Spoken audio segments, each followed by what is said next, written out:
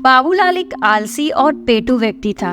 एक दिन उसने अपनी पत्नी दुलारी से कई पूरियां खाने के बाद और पूरी की मांग की, जिससे दुलारी परेशान हो गई। उसने बाबूलाल को बताया कि घर में खाने के लिए अब और कुछ भी नहीं बचा और उसने खुद भी अभी तक कुछ भी नहीं खाया है। बाबूलाल ने उसकी बातों को अनसुना कर दिया और वो सो गया।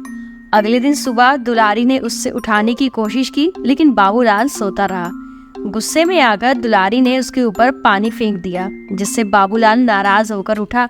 दुलारी ने उससे कहा कि वो घर का राशन लेने जाए, लेकिन बाबूलाल ने बताया कि उसके पास पैसे नहीं है। दुलारी ने उसे बिना राशन लाए घर में कदम ना रखने की चेतावनी दी। पैसों की कमी और भूख के कारण बाबूलाल गांव के बीचों बीच भटकने लगा। तभी उसने अपने रिश्तेदार लखन को देखा। लखन ने जब बाबूलाल की उदासी का कारण पूछा तो बाबूलाल ने झूठ बोल दिया कि उसकी बीवी मायके गई है और घर में खाने के लिए कुछ भी नहीं है। लखन ने बाबूलाल को अपने घर आने का न्योता दिया और कहा कि जब तक उसकी बीवी मायके से नहीं आती वो उसके घर रुक सकता है।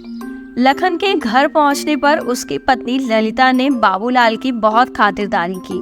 बाबूलाल ने जमकर खाना खाया और ललिता के हाथ के खाने की तारीफ की।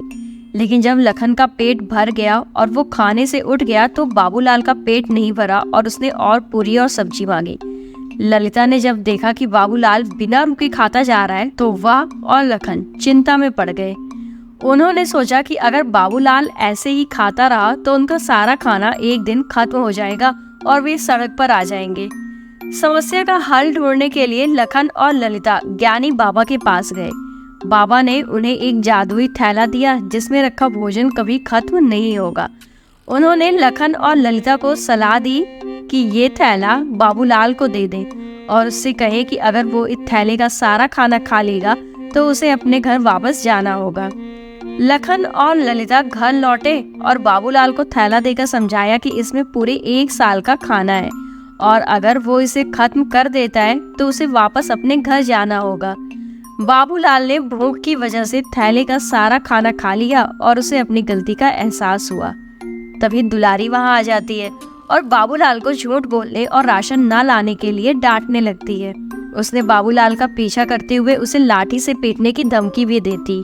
ये सारा दृश्य देख करके लखन और ललिता जोर जोर से हंसने लगते हैं। अंत में बाबूलाल को अपनी गलती का एहसास होता है और उसने भविष्य में ऐसी हरकतें न करने का वादा किया। इस प्रकार इस कहानी से हमें ये सीखने को मिलता है कि लालच का परिणाम हमेशा बुरा होता है और झूठ बोलने से सच्चाई सामने आ जाती है।